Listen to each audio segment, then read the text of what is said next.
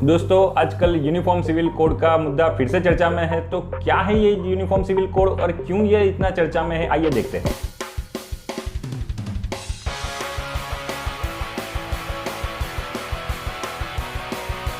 वैसे तो बीजेपी के एजेंडा में राम मंदिर, आर्टिकल 370 और यूनिफॉर्म सिविल कोड बहुत पहले से है, लेकिन अब राम मंदिर और आर्टिकल 370 का मुद्दा रहा नहीं, तो अब बचा है सिर्फ यूनिफॉर्म सिविल कोड।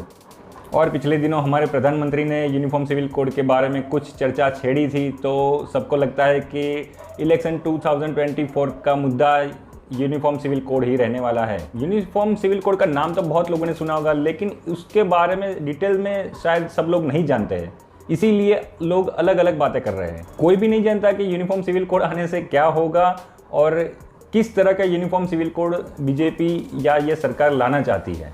गवर्नमेंट ने यूसीसी का कोई भी ड्राफ्ट या ऐसा कुछ रखा नहीं है पब्लिक में कि कोई चर्चा कर सके, कोई बता सके कि इसमें क्या होगा। तो 100% तो कोई भी नहीं बता सकता है कि एक्चुअल में यूनिफॉर्म सिविल कोड कैसा होगा, लेकिन सब अंदाज़ा ज़रूर लगा सकते हैं।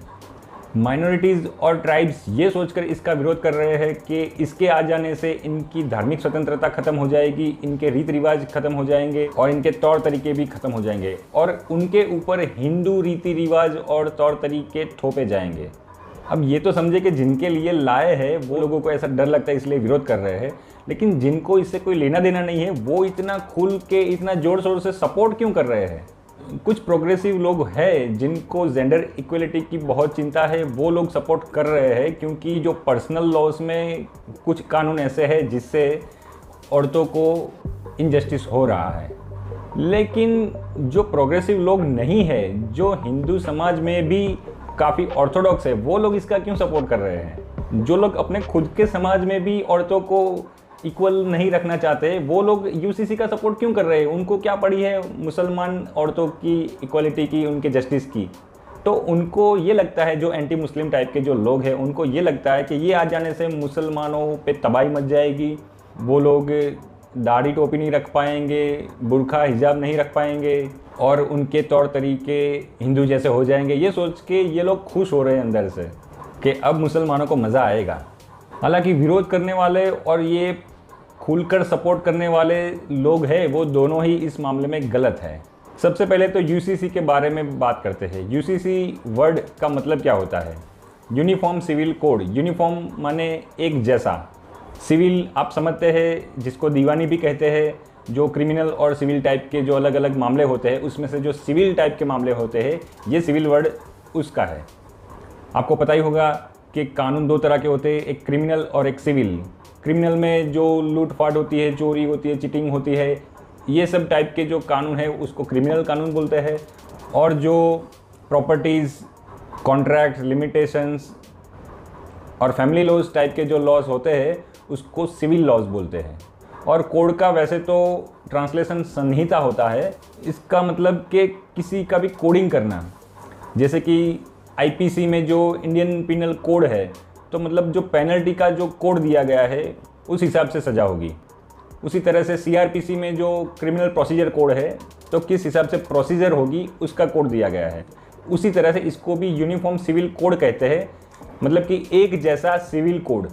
अब बात करते हैं समान कानून की। बहुत सारे लोग ये सोचते हैं कि इस देश में सबके लिए अलग अलग कानून है, हिंदू के लिए अलग है, मुसलमान के लिए अलग है, पारसी के लिए अलग है, यहूदी के लिए अलग है, लेकिन ये पूरी तरह से सच नहीं है। अगर एक आदमी को मारता है या खून करता है तो उसका धर्म या जात पात कुछ भी नहीं देखा जाता, उसको सज़ा उसी हिसाब से होती है जो आईपीसी में लिखी होती है। मतलब क्रिमिनल एक्ट जो भी है वो सारे पहले से ही यूनिफॉर्म है। और सिविल कानून में भी प्रॉपर्टी, कॉन्ट्रैक्ट और बिजनेस लॉ जैसे लॉज जो है वो भी सभी के लिए एक जैसे ही है। इसमें भी कोई धर्म या कोई भी मज़हब देखा नहीं जाता। तो अलग क्या है? अलग है फैमिली लॉज, जो मज़हब के हिसाब से सबके अलग अलग है। फैमिली लॉज में आता है शादी, तलाक, मेंटेनेंस, एडॉप्शन, सक्सेशन। तो ऐसा क्यों? इसके लिए सबके कानून क्यों अलग अलग है? तो उसके लिए आइए थोड़ी हिस्ट्री देखते हैं। ईस्ट इंडिया कंपनी भारत में आई और बिज़नेस करने लगी।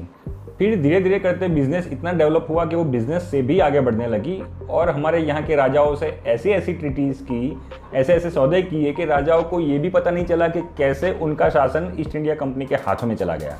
सन 1765 में ईस्ट इंडिया कंपनी ने बंगाल, उड़ीसा और बिहार के आसपास के जो इलाके हैं वहाँ के राज्य के रेवेन्यूज़ और सिविल राइट्स अपने हाथों में ले लिए। मतलब उस एरिया का रेवेन्यू और टैक्स का काम अब ईस्ट इंडिया कंपनी करेगी और उससे रिलेटेड सारे केसेस भी ईस्ट इंडिया कंपनी ही देखेगी। इतना बड़ा रेवेन्यू का काम ईस्ट इंडिया कंपनी के हाथों में आ गया तो उसको संभालना थोड़ा मुश्किल हो गया था और वहाँ करप्शन भी थोड़ा बढ़ गया था।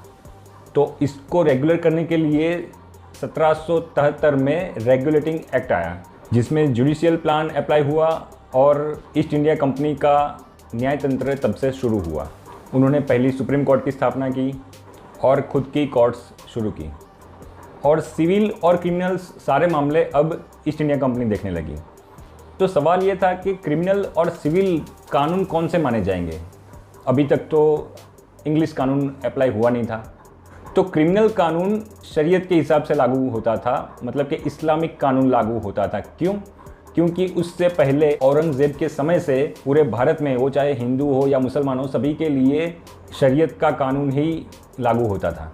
तो अंग्रेज़ों ने भी पहले वही चालू रखा और सिविल मैटर्स में जो हिंदू थे उनके लिए हिंदू कानून जो चलता था वही चालू रखा और जो मुसलमान थे उनके लिए जो मुसलमान का जो इस्लाम का जो कानून था वही चालू रखा। क्योंकि अंग्रेज़ ये सब में पढ़ना नहीं चाहते थे, उनको तो अपने बिजनेस से मतलब था। उनको ये पता चल गया था कि मज़हब और पारिवारिक मामलों में यहाँ के लोग बहुत ही सेंसिटिव है, इसको लेकर ये बाहर से कोई दखलंदाजी नहीं पसंद करते और अंग्रेज़ तब विरोध और विद्रोह नहीं चाहते थे। तो इसीलिए हिंदुओं के लिए मनुस्मृति और याज्ञवल्क्य जैसी हिंदू कानूनी किताबें और मुसलमानों के लिए शरीयत के कानून के हिसाब से सिविल का लॉ चलता था। तो आप सोचेंगे यहूदी, पारसी और ईसाई के लिए, तो उनके लिए इंग्लिश लॉ के हिसाब से सिविल कानून चलता था। सिविल लॉज में बदलाव करने की अंग्रेज़ों को ज़्यादा ज़रूरत नहीं थी क्योंकि उससे उनको कोई मतलब नहीं था। पारिवारिक मामलों में और मज़हब के मामलों में उनको पढ़ने की कोई ज़रूरत नहीं थी। लेकिन क्रिमिनल मामलों में उन्होंने दखलंदाजी करनी शुरू की क्योंकि शरीयत के हिसाब से क्रिमिनल लॉज थे वो काफ़ी अलग होते थे इंग्लिश कानून से। जैसे कि एक महिला की ज़ुबानी एक पुरुष की ज़ुबानी से काफ़ी कम गिनी जाती थी। अगर किसी एक महिला के ऊपर बलात्कार हुआ हो और उसने कंप्लेंट की तो उसको 4 पुरुष गवाह लाने पड़ते थे और अगर वो ना ला पाती तो उसके ऊपर ही एडल्ट्री का मुकदमा चलता था। तो ये सब के हिसाब से अंग्रेज़ों ने क्रिमिनल लॉज अपने हिसाब से थोड़े बहुत चेंजेस करने शुरू कर दिए थे, लेकिन सिविल के मामलों में उन्होंने जैसा था वैसा ही रखा। लेकिन हिंदू समाज में धीरे धीरे बदलाव होने शुरू हुए। सन 1828 में विलियम बेंटिंक पूरे भारत के गवर्नर जनरल बने। वो भी पहले तो सिविल मामलों से बचते रहे, लेकिन भारत में उनकी मुलाकात हुई राजा राम मोहन रॉय से। आप सब जानते ही होंगे उनको। उनकी अपनी भाभी को सती कर दिया गया था और तभी से उन्होंने सती प्रथा का विरोध किया था। और ये वो दौर था जब भारत में कहा जाता है कि पुनः जागरण या फिर यूरोप में जो रेनेसा हुआ था उस टाइप का माहौल यहाँ पे थोड़ा बहुत बनना शुरू हुआ था। जो लोग यूरोप के रेनेसा के बारे में जानते हैं उनको पता ही होगा कि कैसी धार्मिक सुधारणाएँ हुई थी और कैसे कुरिवाजों को दूर किया जाता था। तो भारत में एक ऐसा माहौल बन रहा था और राजा राम मोहन रॉय के विलियम बेंटिंक से संबंध भी काफ़ी अच्छे थे। उन्होंने विलियम बेंटिंक के साथ मिलकर सती प्रथा को दूर करने के लिए बहुत मेहनत की। उसका परिणाम ये हुआ कि सन 1829 में सती प्रथा उन्मूलन अधिनियम का कानून लागू किया गया। ये पहला ऐसा कानून था जो हिंदुओं के सामाजिक और पारिवारिक मामलों में दखल करता था। तो सीधी बात है, तब के बहुत सारे हिंदुओं ने भी इसका विरोध किया। आज की तारीख में अगर आप सोचें तो आपको लगता होगा कि उस टाइम की औरतों के साथ बहुत अन्याय होता था, लेकिन उस टाइम के लोगों को वो ठीक लगता था क्योंकि वो पहले से चलता आता था। इसलिए उसको बदलने की जब अंग्रेज़ों ने बात की तो उसका बहुत विरोध हुआ। ये कानून आ जाने से औपचारिक रूप से तो सती प्रथा बंद हो गई थी, मतलब कि कानूनन ये गलत था। इसका मतलब ये नहीं था कि सती प्रथा बंद हो गई थी। सिविल मामलों में ऐसा नहीं होता कि अगर कोई सामाजिक सुधार कर दिया गया तो पूरे समाज में सुधार आ जाएगा। समाज में सुधार आने के लिए बहुत टाइम जाता है। वैसे ही सती प्रथा उन्मूलन कानून 1829 में आया था और आखिरी सती का किस्सा राजस्थान में देखने को मिला। कब? 1987 में। कितने सालों तक ये सती प्रथा चली कानून होने के बाद भी। फिर तो ऐसे बहुत सारे प्रोग्रेसिव सुधार हुए। हिंदू समाज में काफ़ी प्रोग्रेसिव लोग थे तो जिसके कारण हिंदू समाज को बहुत फ़ायदा भी हुआ और ऐसे सिविल कानून भी बनते रहे। मुसलमानों के सिविल कानून में अंग्रेज़ों ने ज़्यादा हस्तक्षेप नहीं किया, क्योंकि शायद उनको ऐसा कोई प्रोग्रेसिव लीडर नहीं मिला होगा। अब आते हैं आज़ाद भारत की ओर। भारत आज़ाद होने के बाद बहुत सारे मुसलमान पाकिस्तान में गए और कुछ मुसलमान भारत में भी रहे। डॉक्टर BR अम्बेडकर, जो कि महिलाओं के हक़ के लिए काफ़ी आक्रामक रहते थे, उन्होंने यूनिफॉर्म सिविल कोड की काफ़ी वकालत की थी। लेकिन भारत पाकिस्तान अलग हो जाने की वजह से भारत में हिंदू मुसलमान के काफ़ी दंगे भी हुए थे, तो उस वक्त मुस्लिम पर्सनल लॉ को हटाकर यूनिफॉर्म सिविल कोड लागू करना तब की सरकार को उचित नहीं लगा। इसलिए यूनिफॉर्म सिविल कोड को directive principles of state policy में रखा गया। उसका मतलब ये हुआ कि इसको कंपलसरी नहीं रखा गया। अगर कोई सरकार को ये लगता है फ्यूचर में कि इसको अप्लाई करना चाहिए तो वो कर सकती है। एक आदर्श सरकार में यूनिफॉर्म सिविल कोड होना चाहिए, इसका मतलब ये होता है। वैसे जो लोग DPSP का हवाला देते हुए UCC को लागू करने की वकालत करते हैं, उनको ये भी पता होना चाहिए कि उसमें और भी बहुत सारी बातें कही गई है, जैसे कि अमीरी और गरीबी के बीच में जो अंतर है उसको कम करने की जिम्मेदारी भी सरकार की है। एजुकेशन और पब्लिक वेलफेयर की जिम्मेदारी भी सरकार की है। लोगों का स्टैंडर्ड ऑफ लिविंग ऊंचा लाने की जिम्मेदारी भी सरकार की है। अनएम्प्लॉयमेंट्स को हटाने की भी जिम्मेदारी सरकार की है, जो कि कोई भी सरकार आज तक ठीक से कर नहीं सकी है। तो ऐसा नहीं है कि सिर्फ UCC ही एक मुद्दा बाकी रह गया है इसमें से।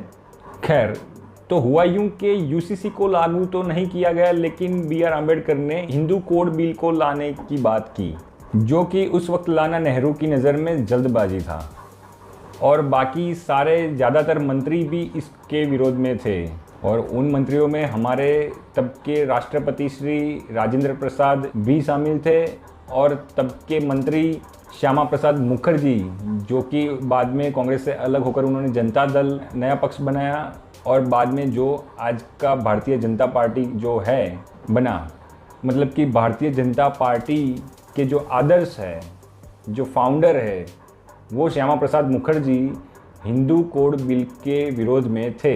हिंदू कोड बिल में क्या था ऐसा जिससे सब इतने नाराज़ थे? इसमें हिंदू महिलाओं को हिंदू पुरुषों के बराबरी का दर्जा मिलना था, बस, और कुछ नहीं। लेकिन इसके कारण इनकी धार्मिक मान्यताएं और परंपराओं को ठेस पहुंचती थी, ऐसा उनका कहना था। मतलब कि जैसे आज की तारीख में यूनिफॉर्म सिविल कोड का कुछ मुसलमान विरोध कर रहे हैं, उसी तरह से हिंदू कोड बिल का उस टाइम पे कुछ हिंदूज विरोध कर रहे थे। हालांकि नेहरू काफ़ी प्रोग्रेसिव थे। कुछ सालों के बाद उन्होंने अलग अलग एक्ट के रूप में इसको लागू कर दिया और तब भी उनका विरोध हुआ था और लोग उनको एंटी हिंदू जैसे नाम से बुला रहे थे। फिर भी वो हिंदू महिलाओं के हित में था, इसलिए उसको लागू करना ज़रूरी था। इससे पहले हिंदुओं में बहुपत्नी रिवाज था, मतलब कि एक से ज़्यादा पत्नी रख सकते थे हिंदू पुरुष। कुछ लोग खुश हो जाएंगे ये जान के और दुख होता होगा कि काश ये बिल नहीं आया होता। महिलाओं को अपने पिता की प्रॉपर्टी में कोई हक नहीं था। हिंदुओं में तलाक का कानून नहीं था, मतलब कि डिवोर्स लेने का कोई प्रोविज़न नहीं था। इसलिए हिंदू पुरुष अगर कोई महिला को घर से निकाल देता था बिना डिवोर्स दिए और दूसरी शादी कर लेता था, तो जिस औरत को डिवोर्स दिए बिना ही निकाल दिया उसकी ज़िंदगी बर्बाद हो जाती थी। क्योंकि हिंदू धर्म के हिसाब से शादी एक संस्कार है और उसमें डिवोर्स का कोई अलग से कानून नहीं है, तो हिंदू लॉ में कोई डिवोर्स का कानून नहीं था। तो महिलाओं के हित में हिंदू कानून में भी सुधार आए, चाहे वो हिंदुओं की परंपरा के खिलाफ भी क्यों ना हो और धर्म के खिलाफ भी क्यों ना हो। और जो हिंदू सिविल लॉज है उसमें हिंदू के साथ बौद्ध, जैन और सिख भी आ जाते हैं। अब हिंदू कानून में तो काफ़ी हद तक सुधार हो चुके हैं, लेकिन बाकी जो धर्म के पर्सनल लॉज है उसमें काफ़ी सुधार लाने की ज़रूरत है, जो कि अगर पर्सनल लॉज में ही सुधार लाया जाए तो यूनिफॉर्म सिविल कोड की कोई ज़रूरत नहीं रहती है, क्योंकि सवाल तो सिर्फ औरतों को हो रहे इनजस्टिस का ही है। लेकिन अगर वो नहीं होता है तो यूनिफॉर्म सिविल कोड लाने की ज़रूरत रहती है।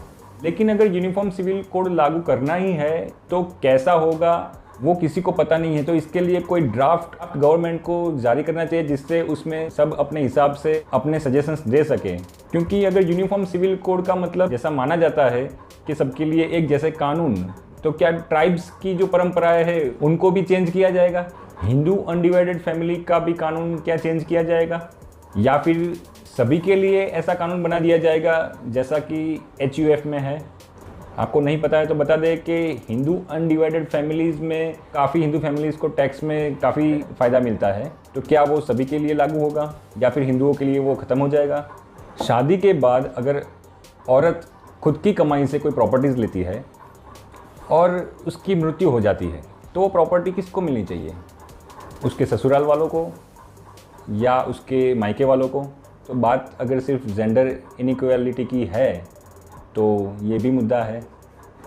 ऐसे भी बहुत सारे मुद्दे हैं। या फिर ट्राइब्स और हिंदूज़ में जो मुद्दे हैं उसको बाकी रखा जाएगा और यूनिफॉर्म सिविल कोड में सबको शामिल कर दिया जाएगा।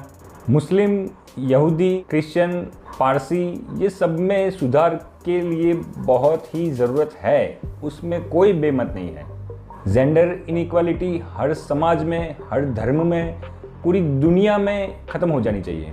सबको समानता का अधिकार मिलना चाहिए, लेकिन वो अधिकार देने की नीति होनी चाहिए, ना कि परेशान करने की नीति। अगर आप ये सोच रहे हो कि यूसीसी आ जाने से मुसलमानों को बहुत परेशानी होगी और इसलिए उसको अप्लाई करना चाहिए, तो आप जेंडर इनइक्वालिटी की बात नहीं कर सकते, क्योंकि आपको किसी को परेशान करने में मज़ा आ रहा है, इसलिए आप इसको सपोर्ट कर रहे हैं। यूसीसी लागू करने से सामाजिक सुधार होगा बेशक, लेकिन वो इलेक्शन का मुद्दा नहीं है और ना ही हिंदू मुसलमान का मुद्दा है। हम सबका मुद्दा है, तुम्हारा, मेरा, सबका सामाजिक मुद्दा है और जेंडर इक्वालिटी का मुद्दा है। और अगर आपको जेंडर इनइक्वालिटी की इतनी ही चिंता है तो बताइए, आपके घर में, आपके समाज में, आपकी सोसाइटी में औरतों की क्या जगह है? क्या आपके समाज की, आपकी सोसाइटी की औरतें आपके समाज में और आपके सोसाइटी में जो पुरुष है उनके बराबर है? अगर नहीं तो आप उसके लिए चिंतित है, आपको उनकी चिंता है। आप क्या कर रहे हैं उनके लिए? सिर्फ कानून एक जैसे हो जाने से सब एक नहीं हो जाता। जैसा मैंने बताया था, सती प्रथा के ऊपर प्रतिबंध कब लगाया गया था और कितने सालों तक वो चली। सिविल मामलों में सिर्फ कानून बना देने से सामाजिक सुधार एकदम से नहीं हो जाते हैं। वैसे ही हिंदू सिविल लॉ में भी बहुत ही अच्छे कानून है, लेकिन क्या उस हिसाब से सारे हिंदूज रहते हैं? आप अपने घर और समाज की औरतों को अपने बराबरी का हक देने के लिए क्या कर रहे हैं, ये सोचिएगा और फिर यूनिफॉर्म सिविल कोड लाने के लिए बात कीजिएगा। नमस्कार।